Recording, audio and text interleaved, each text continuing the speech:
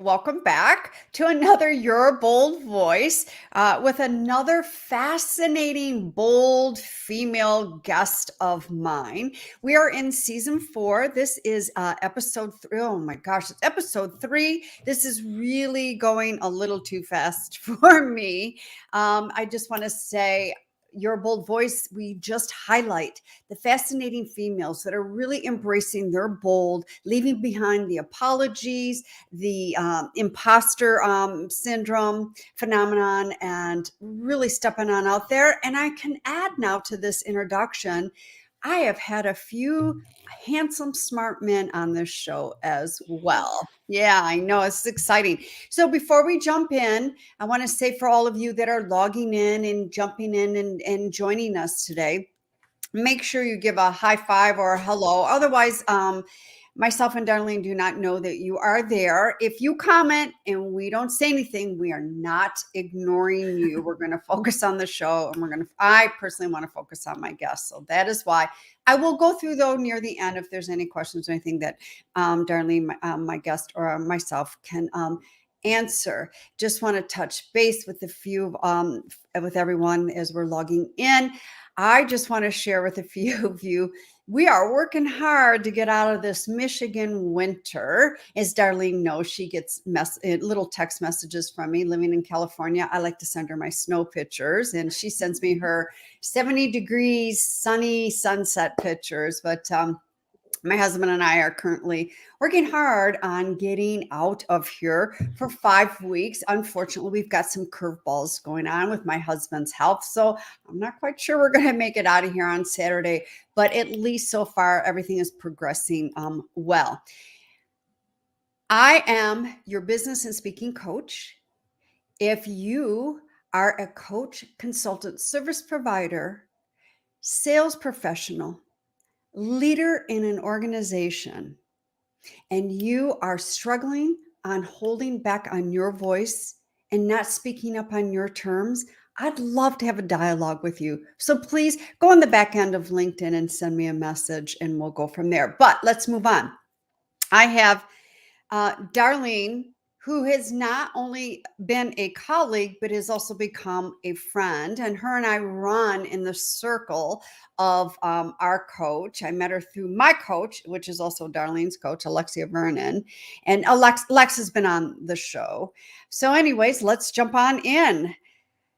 Darlene Hawley is a speaker, podcast host, personal branding, and online business coach who shows ambitious, heart-centered coaches, experts, leaders, and entrepreneurs how to create a profitable online business while making space for themselves and their families by speaking up and sharing their story. Her genius is showing entrepreneurs of 2+ years into their business how to deepen their business foundation and go after visibility so they can share their message with the world, attract dream clients, and have the impact, freedom, and flexibility they desire. Darlene, thanks for being here today. So appreciate it. Hi, Kim. Thank you so much for having me. I'm excited to chat with you and connect with everybody that's here live with us or on the replay. It's always fun to chat, and I'm especially excited to be on your show. Our bold voices are so powerful, and I love just the work that you're doing and how you're helping women step up and really use that voice to make an impact in the world. So I'm honored to be here. Thanks for having me. Thank you for saying that. I really appreciate that. I want to jump right in back here to your bio as I was printing this off. And yes, I'm very old fashioned, everybody. I've got your bio here on a piece of paper. I was looking at it the other day and then just reading it and citing it again just this moment. It amazes me how we all, and again, I'm going to pick on our gender because I specifically work with our genders, that how women really need to deepen their foundation in business. You know, I use the analogy, Darlene, of, and that's because we have done a custom home it's like putting in a weak foundation, but really paying a lot of money for a roof. And eventually it's going to cave. It's going to fall in. And that comes through, unfortunately, in disease, stress, adrenals and all of that, or spinning wheels and not attracting that ideal client. So how do you tackle that business foundation with your clients? Yeah, such a great question. And I love the analogy that you gave because I often share that as part of the foundation for your business as well. Like you can't build a beautiful house and like you shared a custom house with a weak foundation. It just doesn't work. And I know when I first started my business, which was over 15 years ago, which is mind blowing sometimes when I think back that I've been in business for 15 years. But I remember those first couple of years in business, I didn't have a strong foundation for my business. Yeah. I was going out there and I was networking and introducing myself and connecting with people, but I was never really focused on the things that actually mattered and never gave myself a chance to really get to know the people that I was connecting with and get some of those deep roots or that strong foundation for the business. And so it was about 2 years into my business that I really had that breakdown moment where I went back and thought, what the heck am I doing? I can't keep it was almost like I was having like the ebbs and flow of business. I was having a great month and then I would have a couple crappy months and then I'd have a great month. And I'm like, all right, I'm doing something right, but none of it's working consistently. It was very sporadic. And at the time I was working with landscapers, attorneys. I had a client that was like kind of like a 7-Eleven Quickie Mart type of store. And I realized that I had like no stability in the type of people I was even talking to. So I started digging into like, who do I actually want to work with? What niche do I want to work with first? Like, it was really hard to transition from a landscaper to an attorney to a retail store. Just in my coaching, how I was showing up, the conversations I was having were kind of all over the place because I was just talking to different types of businesses, which is totally fine. And I do enjoy a little bit of that. But at the same time, my marketing wasn't reflecting who I was actually trying to call in. Because as you can see, I had an eclectic group of clients at the time. And so I really focused in on like, what's my niche? Who do I want to work with? Who is my dream client? Not just the demographics of who my dream client was, but actually the psychographics of them. Like what makes them tick? What keeps them up at night? My favorite question to ask my clients or even prospects is like, or my clients mostly, but like if your dream client is struggling at 2 o'clock in the morning and they can't sleep, like why do they have insomnia at that point of the day? Like get into their head, like what's really bothering them, what's worrying them. And if you're the solution to that problem, how can you let them know that you can help guide them and take them on a journey to help support them and give them the tools and the resources that they need? So we got clear on like the niche, who the ideal clients were. I started getting clear on the messaging, how I was actually talking about my business and what I was doing. And then I got clear on my offer as well, because though I had gone through a franchise and became a business coach to that franchise, I had all these amazing tools in my toolbox that I could use, but I wasn't really sure what my actual offer was to my clients. And once I got clear on my niche, which at the time was mostly just coaches and service-based entrepreneurs, now I work in the online space. So now I say like online business entrepreneurs, coaches, consultants, experts. But I wasn't clear on who those people were. So I just got clear on the niche, the messaging, who the ideal clients were, what the offer actually was. And then I found the secret sauce in the puzzle that I think so many of us really struggle with. And that's really showing up and being yourself and letting people truly see you for who you are so they can connect on that deeper personal level. And I found the best way to do that was through story and sharing stories and my marketing, sharing stories when I was at a networking event, talking with somebody, telling them about my journey, telling them about successes or maybe some of my clients' testimonials or case studies or things that had happened to them. And just sometimes just talking and sharing stories that connected in some way. And so that's what I kind of found as being like the secret sauce for really identifying who I was and stepping into that person, but then also helping my clients start to identify, like, how do we stand out from other people that do the same work or something similar? And the best way that I found is sharing stories because people really connect to the hearts in those ways.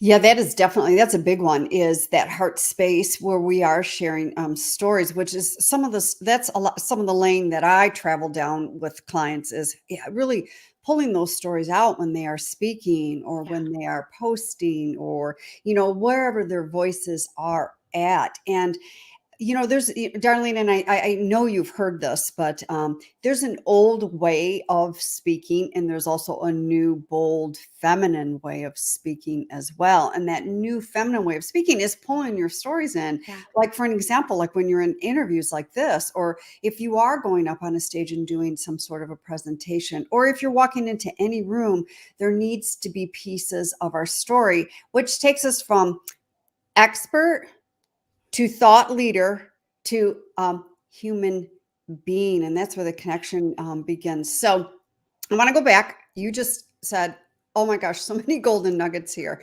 And this is one of the questions, that I ask when I'm having discovery calls with potential clients is who's your ideal client? Who's your avatar? And so many women cannot, they'll scuff the surface. It's almost like, baking that cake and they put the icing on the cake, but they haven't given any of the ingredients. And I just say the more intimate and clearer that you become with your ideal client, the better you are, and you know where to show up. You know how, where they are hanging out, so that we don't keep leaving frustrated and empty-handed, like you were just saying. A great month, I'm doing something, but then 2 or 3 bad months, slow months, and then a great month. So it's like you were doing something really good, and it's just pulling back, really getting clear on the foundation, the ideal client or avatar, whatever you want to call them, and going out after and being so visible. I still, I'm going to say this as I'm very compassionately holding space. It really still surprises me. I'm not quite sure that's the right word. It's still, I still experience how women are afraid to visibly show up. Do you find that challenge with some of your clients that are coming to you? Oh yeah, absolutely. That's probably the biggest conversation we have is they're afraid to step into who they truly are and be vulnerable, be authentic, share some of the stories. Like sometimes, especially as we look at the stories that we've had from our life, like we can go back to childhood, teenage years, college years, yesterday, last week. Like there's so many places we can go. There's so many things that happen that we can pull in and share stories. And not all of them need to be told in our businesses. Like that's the thing that I think giving permission that you don't have to share every single story has been really helpful for my clients, because sometimes they think they see other people show up on social media, especially, and they're verbally vomiting is kind of what I call it, right? They verbally vomit a lot of life stuff, and some of it is warranted and totally connects to their business, and like they're taking you on that journey, that transition from point A to point B. And then other times they're just sharing a story to share a story, and there's not necessarily always the connecting dots. So as the business owner, you get to pick which stories you actually want to share. There's certain stories that I don't share, that just, it's not, something that I talk about in my business, and that's totally okay. And then there's other stories that I have no problem talking about. I try to look at it through the lens of, is the story going to serve my audience? Are my ideal clients going to be able to connect to this? Is there a way I can connect this into the work that I'm doing? And if the answer is yes, then I need to show up and share it.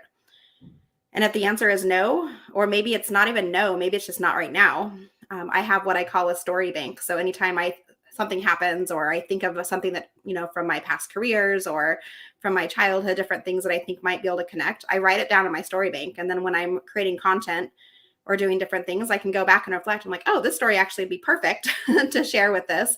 And then other stories, they live there in the story bank, and I haven't found a reason to actually share the story. There's been no connecting piece to it.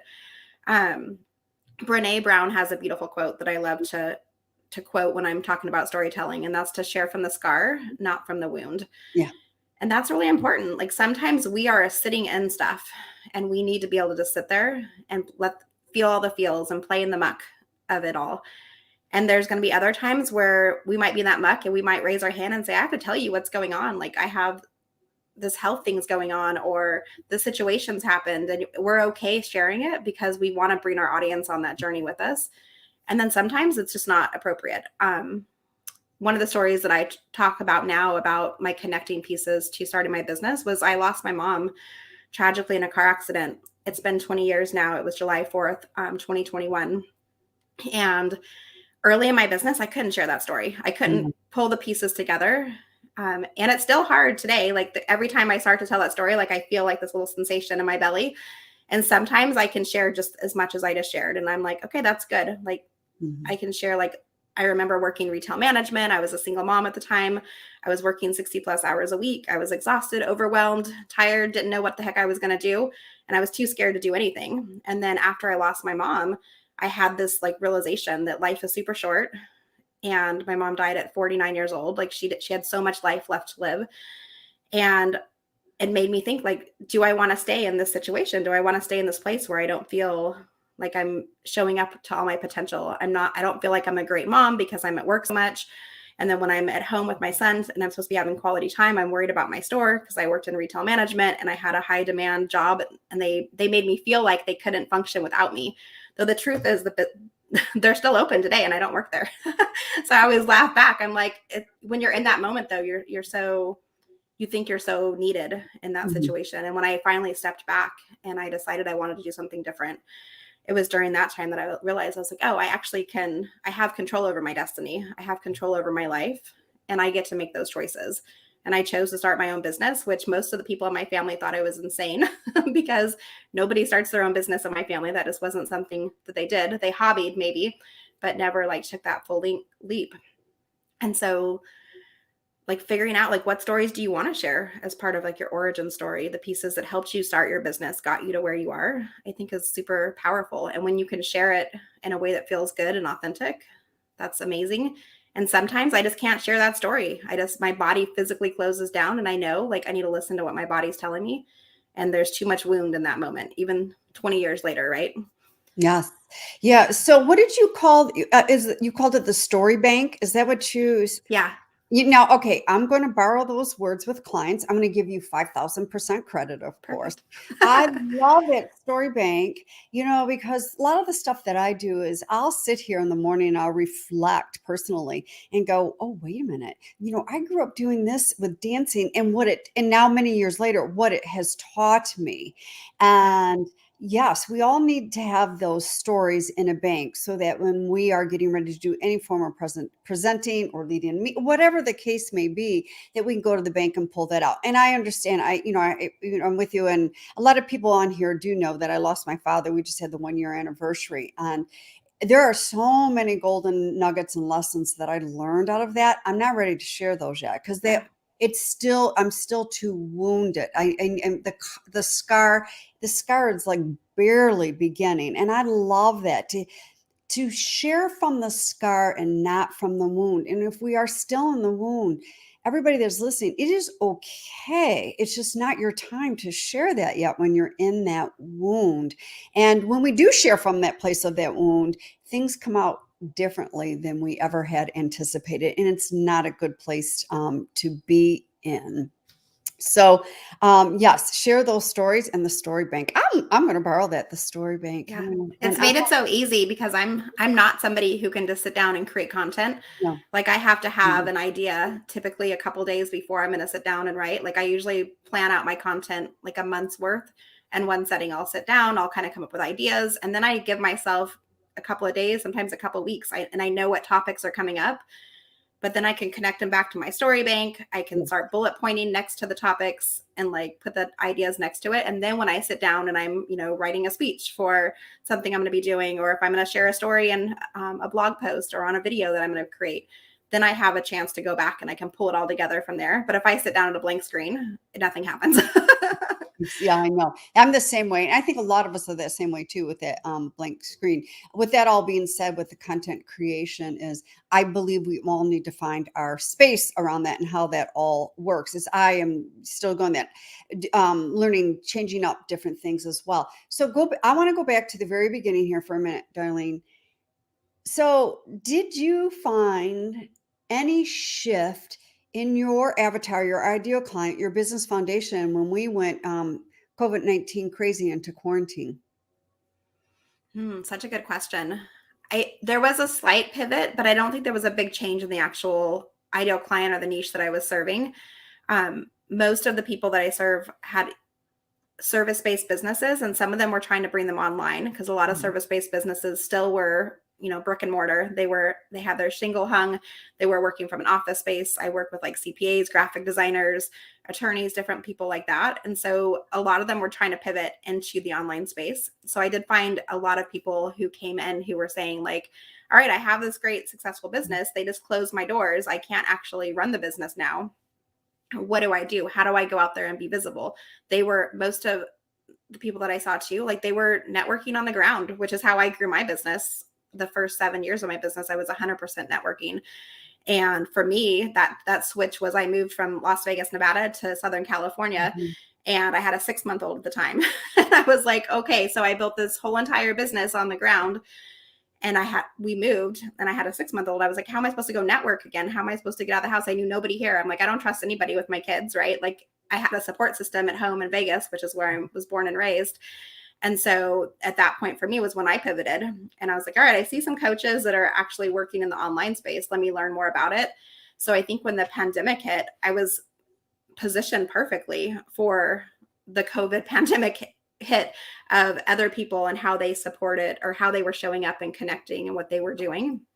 So I didn't see that I had to pivot myself too much, but I saw a huge need of people that were coming up, like raising their hands saying, okay, I've done it this way my whole entire life. What the heck do I do? And I'm so glad that I had pivoted myself into the online space, because had I not, I don't know that I could have recovered as quickly and continued to have grown my business and been able to show up and support people and show them how to use all of the amazing technology that I think we used to maybe take it for granted. And now I'm like, thank goodness we have Zoom. Like we had birthday parties on Zoom because of COVID, and most people weren't even using Zoom at that time. Like it was starting to become popular for the people in the online space, but so many people weren't using it. They were afraid to use it, right? Schools were afraid to use Zoom and have their kids virtually school in. Corporate buildings were afraid to let their employees work from home for even one day, let alone do their whole entire 40-hour shift from home. They didn't know if they could trust them. And we were able to build this like beautiful relationship, I think, with people seeing like, oh, people can be productive if they're actually in their home just as much as if they're in the office. So I think it gave space and opened up so many doors in that way. Yeah, I agree with you with the online space. When we all were literally forced to pivot, we had no choice. We had, unless you were, in healthcare or something very necessary type working, but Yeah. we were all forced to pivot. I'm going to pause right here just for a moment as I start getting some more questions, Darlene. For those of you who are on listening in, I see comments coming in.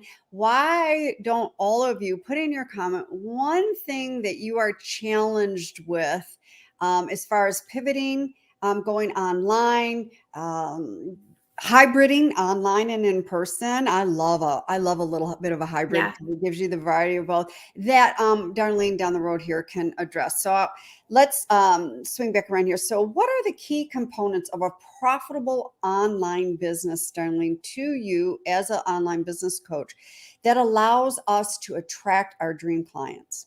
Yeah. So there's 3 pieces to the puzzle that I've identified over the years. And the first one we just talked about, which is like the foundation, the brand foundation for your business, which we talked about: the niche, the ideal client, the messaging, the offer, and your story, as all being like the first pillar of a profitable business. Like that's the piece that I think is so vital and so often missed, because people don't do that foundational work and they don't start with themselves for how they want to show up and who they actually want to serve and what that looks like. So we already dived into that. The second piece to it is what I call the client attraction marketing.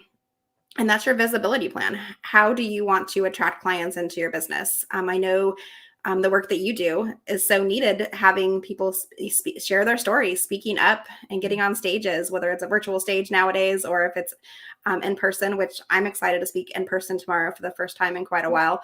Yay. So there's such a need for that visibility piece, right? And the thing that stage has that's been so powerful has been, there's so many marketing strategies. There's so many ways to be visible when we're growing these businesses, especially in the online space. There's, you can be on social media, you can speak on stages, you can do virtual, you can do summits, you can be on podcasts, you can do on LinkedIn Lives like we're doing right now. Like there's so many ways that we can be visible.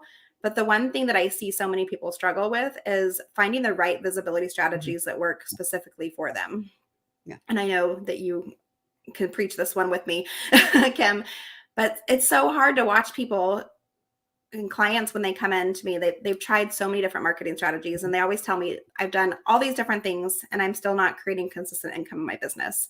And when we go back in and really, do an audit of their visibility plan and what's been working for them, and identify which things they actually love doing, which things they hated doing, and kind of find a method to the madness for them, is when I found that they have the most success. When we identify that they love to be on video and they're not doing any videos, or they maybe hate videos and they're doing videos and you can tell that they don't enjoy doing them, and they don't even do very many of them because they always drag their feet, procrastinate, and it just makes their visibility pretty inconsistent.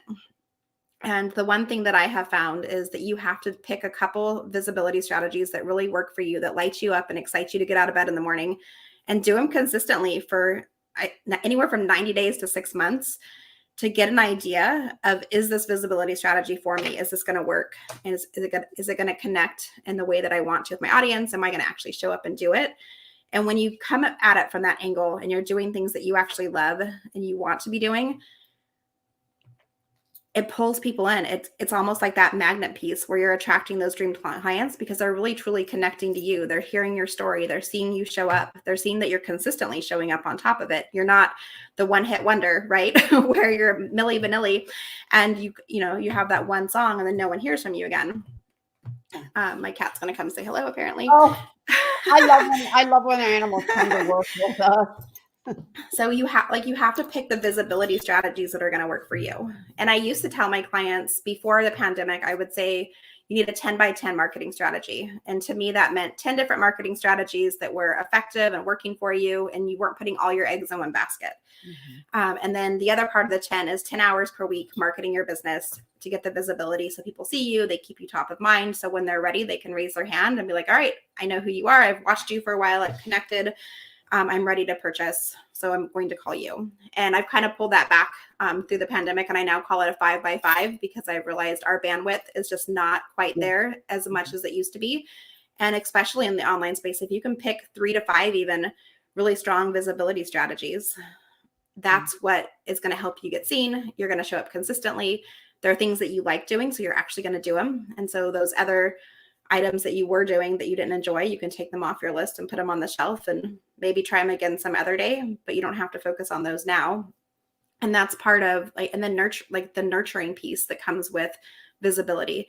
You need to attract people in. So like the new people that are just brand new, like you're building that brand awareness, but then you take them kind of through that funnel where now that they've met you, they've seen who you are, they've connected. Now that you need to stay in that nurture phase, you need to actually nurture them, continue to show up, continue to show your credibility and that you're an authority and an expert in the work that you're doing. And then from there is like that third pillar. So there's the first one, that's the brand foundation, the client attraction marketing system. And the third piece is having an authentic sales system. And to me, an authentic sales system is just being yourself, like finding a sales system that actually works for you, making sure you have some standard operating platforms, some SOPs in place for your business.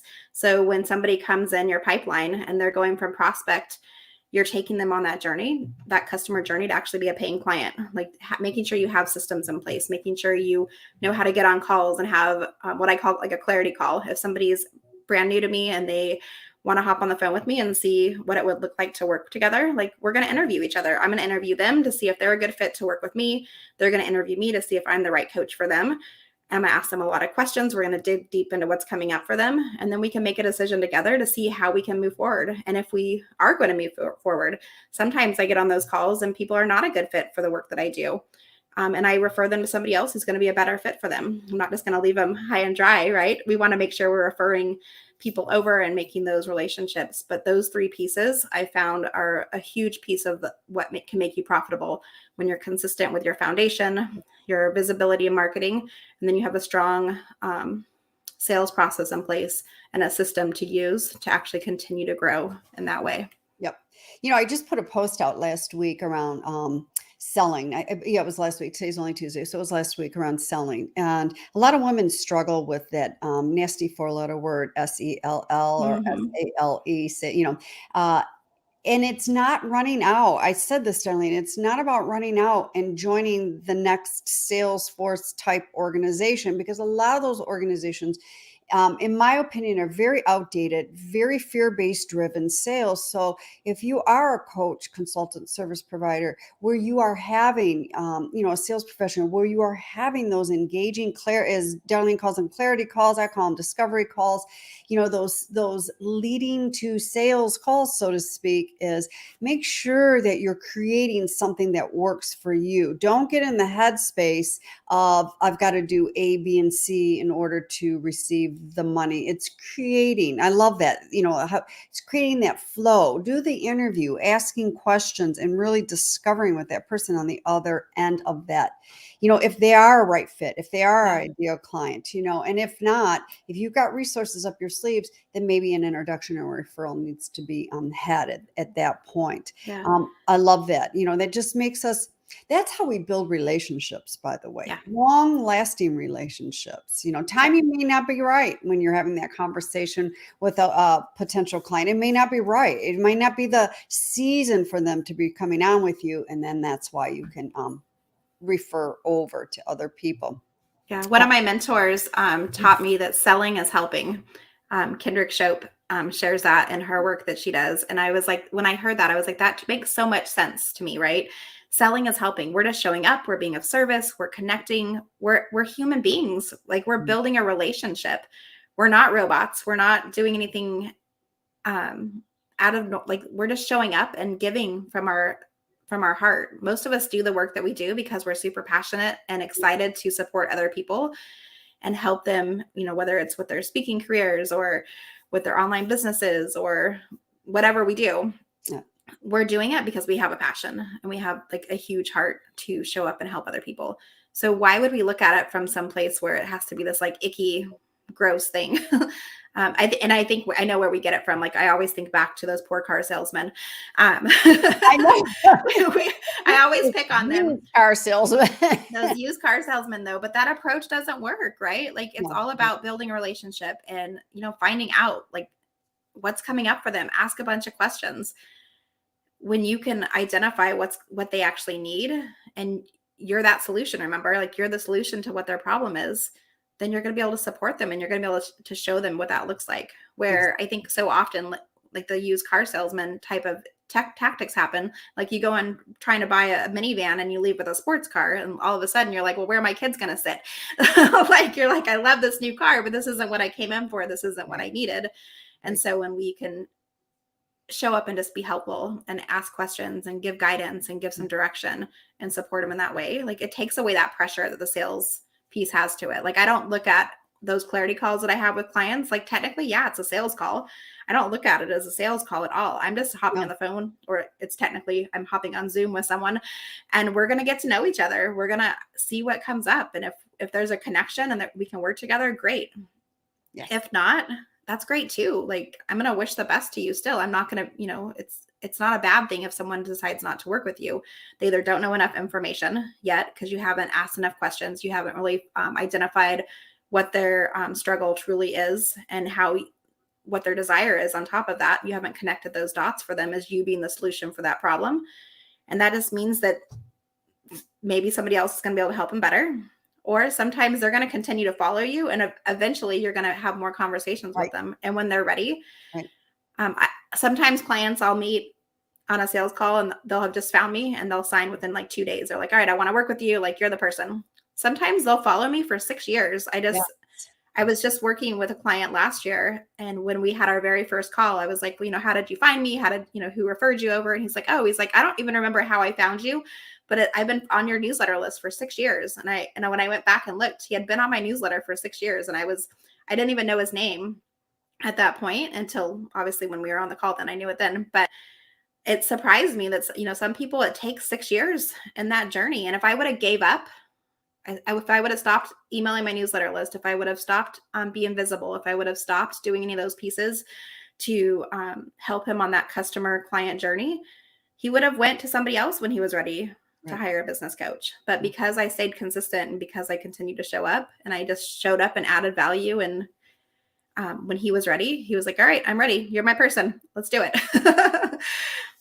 Everybody is different, and it's like, Heather just put a comment up that it's all about building the relationships. And I also, when I go into those clarity calls or discovery calls or something like that, it's putting on that curiosity hat and getting curious about the other person. And it's never about us when we go into those calls. It's the same thing when you enter a stage to deliver a keynote. It's not about us. It's about our audience. And that's a real tough thing to teach and coach other women in. It's not about us. It's about the audience or the other person. All right, let's jump in. This is one of my favorite things. Well, not because it's a good thing, but so this and I was listening to what you were saying, and I'm like, oh my God, that comparison, that's struggling with that comparison. So, what are the top tips for getting started without worrying about what everyone else is thinking and doing, and that we have to show up and do it this specific way because A, B, and C, and X, Y, and Z is doing the exact same way? And I hear this a lot. Oh, I've got to have a funnel system because everyone else has a funnel system. Well, what if it's not part of your business? Or I need to show up this way in an interview because, so and so showed up this way in an interview. I mean, by the way, let me lean to my microphone. News flash: be yourself. Everyone else is taking Oscar Wilde. So, Yes. what are some of those tips, Darlene, that you give around that? Yeah, you're so right. I can't tell you how many of my prospects, especially when I first hop on calls with them and we start talking about their visibility plan, that they tell me that they're just doing what everybody else is doing. Like Oh, they go on social media, which is like social media is such a beautiful tool to nurture and to connect with people and to connect with people from high school or college or those different things. And then it can also be a great nurturing tool for us to use to grow or to stay in touch with people that have come into our sphere of influence, right? But it can also be like the death of us because so often we get on social media and we're scrolling through and all of a sudden mhm, we see that people are on mhm, vacation and these mhm. people are doing these master classes and somebody's hosting a summit and this person was invited to do this speaking engagement at this place, and we can get into that place of comparisonitis where we are wanting to do exactly what they're doing because we're like, okay, so it's working for them. They have 5 million likes and 600 hearts and 500 comments. It must be working. Like this person is, doing YouTube videos. Okay, it's working for them. And then, you go and try them and it doesn't work for you. And then we beat ourselves up. We're like, well, we're not as good as this person, or we aren't worthy, or we tell ourselves all of those amazing stories that I know you call like the hag in the attic who like starts, critiquing in our head. And it's brutal when we allow that to happen. So I think it's important that we really own what works for us, like what lights us up, what brings us joy.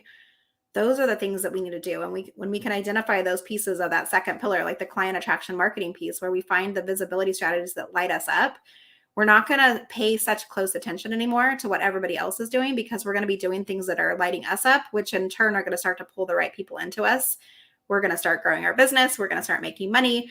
And we kind of can take those blinders off, right? It also gives us that ability to stay in our lane.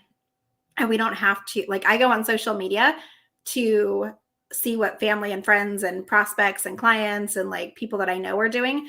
I try really hard not to pay too much attention to what other business coaches are doing, because when I do, I can go back into that critiquing stage again, where I'm like, okay, this person's doing this, so maybe I should, run a challenge, or I should do a summit, or I should do these different things. And then it throws me off track for what I was already planning on doing. And then I'm doing 10 things again instead of what we just talked about. Like we only have the capacity right now to do a few things really, really well, because our bandwidth is just burnt out. Yeah. And I know I'm not alone in this. Every single person I talk to, like our bandwidth just isn't what it used to be. So stop paying. So I'm like, I have to kind of put those blinders on, and I don't follow a ton of people who do the same type of work as I do.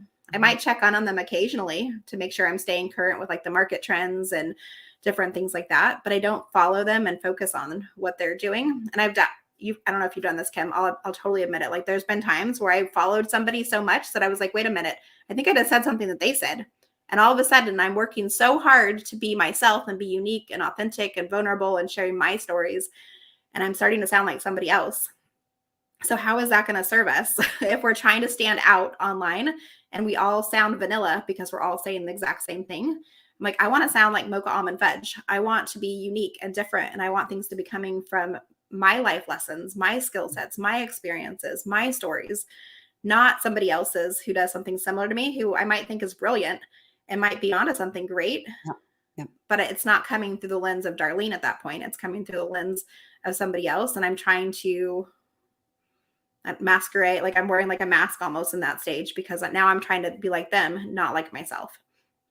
When we get misfiring, I call it misfiring, or we're unaligned with our forget our purpose, our mission, with us, deep inside us, with our internal heart, intuition, everything. When we start doing that, I can guarantee you'll have one good month, and then you have three poor months. Yep. And then you might have a half a good month, and then you have five bad months, because we start misfiring. And it can be, something that can easily happen because we've got so much stuff coming at us with all these social media platforms, and I hear so many women, and I just want to get real clear.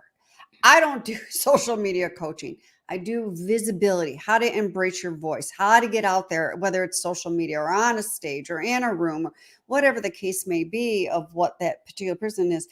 I always say, look, try not to master five different platforms on social media. I mean, I have been online for over, gosh, 12 years now, I think it is. I don't master, I mean, sure, I'm on three platforms, but I focus on LinkedIn. I Yeah. dabble a little bit over on Instagram, and I check in on Facebook because my internet radio station was built on Facebook, a while back. Yeah. And when you and I are in groups, private groups with our coach, that the groups sit on Facebook. So find out where your peeps are at. Don't just go because the whole herd is going over there. Yeah. Discover, and really place yourself and stand on out, and just be consistent, like Darlene has been saying all along. What was your best way when you made that transition? And how do you do this with your clients as well? When you made that transition from Vegas to California, and you went from, in person to online, how did you deepen the relationships with your community to get people to know and like and trust you even more? Yeah. So social media I've always looked at as kind of a nurture place. It's not some place that I actually go to find clients necessarily. Like it's not a marketing strategy to me. It's more of like, okay, now that I've met you, like I've spoken on a stage and you signed up for my newsletter list, like you join me on LinkedIn because we're connected that way now. Like I find it as more of a nurture place. Like, yeah, I've gotten clients from social media. So I know you can do it in that way, but I don't like to spend a ton of time focused in that direction. So part of it when I pivoted at that time was I had social media, right? Like I think Facebook was out. I don't even know how long some of these platforms have been out anymore. I feel like, especially because of the past 2 years, my brain just can't hold the capacity. I'm like, I know for sure Facebook is like 11 or 12 years old probably at this I think point, it's maybe. older. I think it could be older. Is it older than I that? think so. Okay. I think so. I Yeah. think I got onto I got onto Facebook probably like 12 years ago, I feel like. So I had been on it for like 5 years before I pivoted my business to being completely online.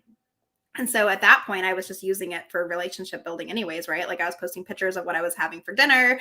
I was posting pictures of my cute kids, and those different things. So I had gotten used to like that nurture piece of like just sharing content that people could connect with. Um, and then I was sitting at home at the time I was, we had moved to Temecula, California. And I was like, all right, like, how do you market on here? But I found that it wasn't that much different actually than going in person and networking with people. It was different in the fact that I had to, DM people, direct message people, private message them. I had to reach out. I had to comment on people's posts. I was going into Facebook groups and answering people's questions and being of service in that way and building relationships there. And then they would start following my newsletter list. I'm a huge fan of having a newsletter list. We don't own the social media platforms, so I feel like it's a great place for you to have a newsletter list so you can always stay in touch. I won't go off on this tangent right now, but on June 30th, 2020, my Facebook account was hacked. So I lost my personal page, I lost my business page, I lost my business group that I had built with all of my nurture people that had come into my audience at some point in some shape or fashion. And I lost Instagram because I had signed up for Facebook through Instagram. Or I had signed up the other way around, Instagram through Facebook. But when I lost all those accounts, part of me panicked for a minute because I was like, oh my gosh, like I just lost all these places where I was showing up and engaging with people and connecting. And then I realized, I was like, well, wait a minute, Darlene, like you teach having a newsletter list for the specific reason because we don't own these platforms. And luckily, I would say probably 80% of the people that were in my Facebook group, and a good chunk of people from Instagram and those places have been on my newsletter list. So I was able to reach out and say, hey, I didn't just like ditch you guys. I'm still here. I'm like, I just don't have access to these accounts anymore. And I was able to continue those relationships and continue to foster those relationships. And the thing that I think worked the best was creating consistent content for my community and showing up and having valuable content on top of that. So I create one piece of core content every single week, whether it's a video or if it's a written form. And that's what goes out to my newsletter list, because that's my first place that I'm creating all my content for, is for my community that's on my newsletter list. And then I repurpose the heck out of that puppy, because we should, right? So sometimes if it's a written form, I'll create a YouTube video. If it starts as a YouTube video, I'll turn it into a written blog form. I share it on LinkedIn. I just recently started resharing stuff again on Facebook and Instagram. I was able to create new accounts, but my computer and my phone both still know that my accounts were hacked. So the only way I can get to it is through an incognito Chrome extension for my new accounts. So it's been like this whole piece to the puzzle that no one should ever have to go through, but I did. But I think part of that journey is just by showing up and creating consistent content. I've stayed in touch with my community through my newsletter list. I've continued those relationships. When I ask questions at the end of all of my content, a call to action to get people to start conversing with me. And it's not always a call to action, like sign up for a clarity call. Right. It's usually like I might've shared a story about pizza, like going out to dinner with my family and having pizza, and like I'll share a story of some sort, and then I'll share like 5 tips to whatever I'm sharing that week. And then my question might be as simple as like, what's your favorite pizza topping? And we train people to build those, like to communicate with us. And then when they're ready to ask you a hard question, or they want to ask you about working with you, that barrier has been broken down because they've already been engaging in conversation with me. So they feel like they know me. There's not this thing like, oh, like I don't talk to Darlene. She's, an online person I've never met before, and stranger danger, like our parents used to tell us when the internet came out, right? So those relationships were built just by adding value, showing up, answering questions, engaging with people. And then I still did some networking in person. And I did, I do speaking opportunities, different things like that. Like I still was going to like the local chamber and the Rotary clubs and speaking in front of those groups to build those relationships. And then they get on my newsletter list, and then they stay in touch each week because they see me. They might not open every single newsletter I send, but they know I'm there. And when they're ready, they remember to come back. Yes, those pieces, and that's part of your coaching that you do with clients, is those pieces. So you're very good at repurposing content and very strategic, and you're very organized with what you do. So I just want to say this to everybody that is listening. Do you have to do everything that Darlene is doing? Not necessarily, because I'm going to tell you, I certainly do not. But Darlene does that because she walks her talks and talks her walk as an online business manager. She's got to experience it. It's like, here's my analogy. It's like the person selling you shoes and has never worn you shoes before, but he's going to sell you lots of shoes, even though he's never worn the shoes before or walked in shoes before. So, again, she's walking her talk. I want to wrap this up with one other question, and then where people can get in touch. And I think you have an opt-in or a gift or something you'd like to give away as well. So can you quickly share a few tips here on how to craft a message and a brand that highlights the value you bring to the world? Yeah. So part of the messaging piece is identifying like who we're talking to first. So it starts with like your niche and your ideal client, and then finding the messaging that works for you. So showing up and speaking like you actually do. How often do we read somebody's content, or we see them speak on stage, and then we meet them in person and we think, oh my gosh, like this person is not who I thought they were. We want our message to sound just like us. Your voice has to come through with who you are, what you're showing up and doing, how you're going to connect with those people. So I always tell my clients, identify like, what do you want to be known for?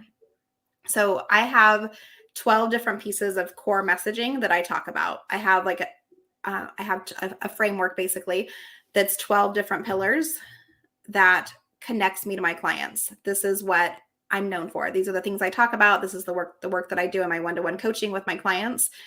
And that's how I stay in my lane. If I start talking outside of those 12 different containers, I'm not staying in my lane anymore. If you guys start hearing me talking about like yoga poses as an online business coach, you're going to probably go, okay, that's cool, Darlene. Like, that's a great yoga pose, but what does that have to do with online business? Like, how does that connect? I stay in my lane. I make sure I'm talking about those core messaging or those 12 core messaging pieces specifically for me. So identify what your core message is. What do you want to be known for? And talk about those things. And it might not be 12. Like I've broke mine's like I explained those 3 pillars to you guys today. The building the foundation for your business, the client attraction marketing, and the authentic sales system. And each of those 3 sections has 4 pillars underneath it, 4 spokes, I guess we'll call it, that are part of that piece. And that's my lane. That's what I talk about. And so what I've done for myself, and I have my clients do even, is if you start to write something or write a blog post or create content about something that's not within inside your wheelhouse of your core message, really get clear and ask yourself, like, is this going to keep my audience, or is this going to confuse my audience? Because I think the thing that happens the most, I think Donald Miller says it best, like when you confuse, you lose. And it's so true. When people start getting to know you for what you do, and like they're following you because you're specifically helping in this area, you're an expert in this one area. And if you start talking about something totally different, you've lost them. They're not going to pay as close of attention anymore because they're going to be like, I don't know what Darlene does. She's doing yoga poses. She's doing this thing. She's cooking over here. Like she's making cupcakes. Like none of those lanes match up. Right. So identify what you want to be known for, get really clear, and then only write content about those specific things so that you can become an expert in that area. So many people want to be an expert in all the things. Yes. And then you're not an expert anymore. So stay in your lane, stay really focused on that. And I think that's the one piece. And then add story into your messaging. As you're sharing the different pieces, share that story, connect those dots. That's what people connect to, right? Is when there's a quote by, I'm drawing a blank on his name right this second, but you're 22 times more likely to be remembered when you share story in the work that you're doing. Mm-hmm. So make that story part of your message. Share your brand story, your origin story over and over again so people get to know who you are. And when they hear it, it's not going to get old to them. Sometimes we feel like we're on repeat, right? Our clients need to hear that message a lot. Tons of, I was going to say hundreds of times. That might be like, you can't overhear those stories. No. And that's what people connect with. When I started sharing stories that I was working 60 plus hours a week as a single mom, and I was overwhelmed and exhausted and tired, and I was not sure what the heck I wanted to do with my life, I was having people come up to me, and some of them were moms going, oh my gosh, I could totally relate to this piece. Some of them were not parents or moms. They were saying like, I work 60, 70 hours a week. I never see my friends. I never get to do anything that I want to do because I'm always exhausted when I'm not at work, and I'm always at work the rest of the time. And those are the pieces that connect. Like that's what pulls people in, is those stories. They don't necessarily come in because they know they need an online business coach. Right. They know that they need support, and they start to connect through those stories. They know what I talk about. I stay in my lane for my messaging, for what I'm going to be known for. And that's what keeps them coming back and allows me to have consistent revenue in my business because I'm showing up consistently. The backside of it stays consistent as well. Yeah. Yeah, that is so imperative, is to just stay in your lane, stay in your lane. It's like you said, if you start showing up baking cookies online, I'll say, I believe, and this is my opinion, I own this opinion, is I think TikTok is doing that with a lot of people, showing up the dancing and, getting out of bed in the morning and cooking. It's like, how is that relevant to your brand? I mean, it's probably relevant to your life, but how is that relevant to your brand? I've been seeing a lot of that, especially with coaches on TikTok. Yeah. So I'm not going to lie. I can't get on board with it as much as like, I just haven't even signed up for TikTok. One of my friends was just telling me the other day that she read an article that TikTok just took over. The amount of people that use it is higher now than Facebook. And Facebook was like the longtime runner for social media platforms. And I was like, that's crazy to me because I can't even justify like pointing at things. Oh yeah. And like singing and dancing. The dance, and maybe one day I'll do it. Like, who knows? Yeah. But as of this moment, I have zero desire to right now. So do not come find me on TikTok because I'm not there. That is one platform I will not get on board with because, again, it goes back to me. everybody else is on board. It's the shiny, flashy penny syndrome object going on. And I'm not saying it won't be around for a long time. And TikTok may be around for a long time, but it's irrelevant to what I mean, people that I know and know their brand and seeing that on TikTok, I'm going, did we change here? And it's okay if you want to rebrand and change, but it really confuses. I mean, seriously, as well as I know you, Darlene, if I saw you doing stuff like that, I'd be going, Yeah. did she, is she changing her business there? And I would read, go, what's going on? Are you doing an expansion? But But that goes right back to it, Kim. We get to find what we love, and like some people yeah, might be listening to us right now going, you guys are crazy, like I love TikTok and it's totally working for me and I'm having so much fun doing it. thumbs That's what up, lights them up. If that's you right now, thumbs that lights you up and you up. love it, Then heck do yeah, it. go do it and love it. It's personally doesn't work for me, but I don't, that's fine. Like everything I do isn't going to work for you. Everything you do is not going to work for me. Exactly. There's so many marketing strategies. Find what works for you Yeah, so that it's you can find your authentically thing. show up. Yep, find your thing. All right. How can people get in touch with you? And is there anything you want to offer up today? Because I just realized we're almost to an hour, and I knew this was going to happen to you and I being on here today. And I've got one more question to ask. Yeah. So, how can we get in touch with you besides here on LinkedIn? Right. We could absolutely continue talking for probably another couple hours, Kim, because I just love chatting with you. But yeah, so the best place to connect with me is either right here on LinkedIn, which I would love to connect with you at, or you can head over to my website, which is darlenehawley.com.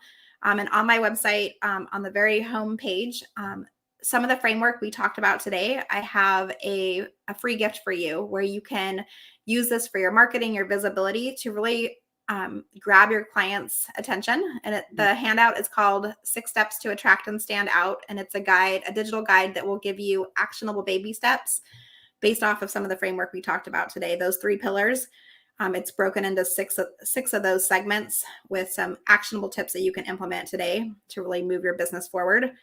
And that's probably the best place to connect with me. As I just shared, I'm not really on Facebook or Instagram. So it's LinkedIn or my website, or schedule a call. I love to do coffee chats and just get to know people. So reach out. No sales involved, just friendship, and we'll go from there. Yeah, absolutely. And please reach out to Darlene and take her up on that. And it doesn't matter where level you are at in your business. We can always go through, which I can't wait because I'm going to go through it. I'm going to go download and go through it too. We can always go through those tweakings, those up leveling of our businesses and just getting a little bit clearer. All right. This show is your bold voice. And I know you really embrace and rock your bold voice, Darlene. There's just no ifs, ands, or buts about it. And I think that's why you and I connected so deeply and so fast, through the Alexia Vernon circle that you and I run in. But what piece is hanging out there for you around your bold voice that still keeps showing up that you need to still keep, that might pose a little bit of a struggle or a challenge? I don't like using the struggle word, so I take the struggle back. So the challenge that you are still working on. Yeah, I think the thing that comes up to me when you first asked that is I've always been somebody who wants to make everybody happy. I'm a people pleaser by nature.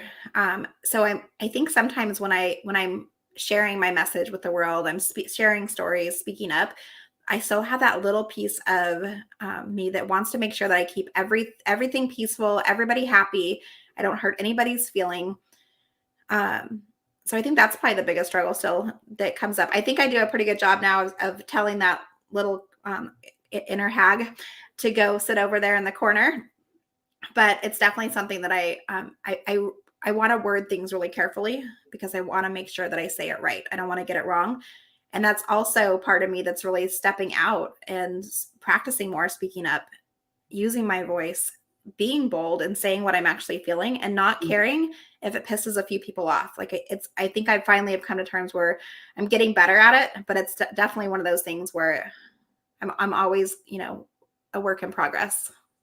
I love that work in progress. Thank you for sharing that with us and everybody that's on here today. Darlene, I'll ask you at some point in time within 24 hours, if you can go to my LinkedIn page and put your link in for, the opt-in in your website and all of that. I would really appreciate that. And I want to thank everybody that joined us today. I'm seeing some beautiful people showing up, Kim Willis and Shelly Ford, thanks for coming in. And of course, Heather joined us today. And who's part of a whole Moxilicious mastermind and things like that, that we are all running in a circle of, we're connected on. So join me next week. Same place, same time here on LinkedIn Live at 11:30 a.m. Eastern Standard Time for another guest.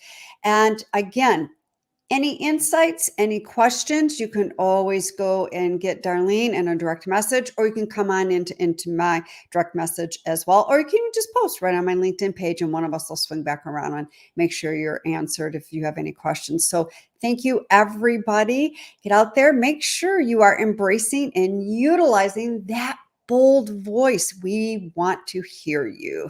And thank you, Darlene. Yes. Thank you, Kim, for having me. It was so great being here with everybody. My pleasure. I look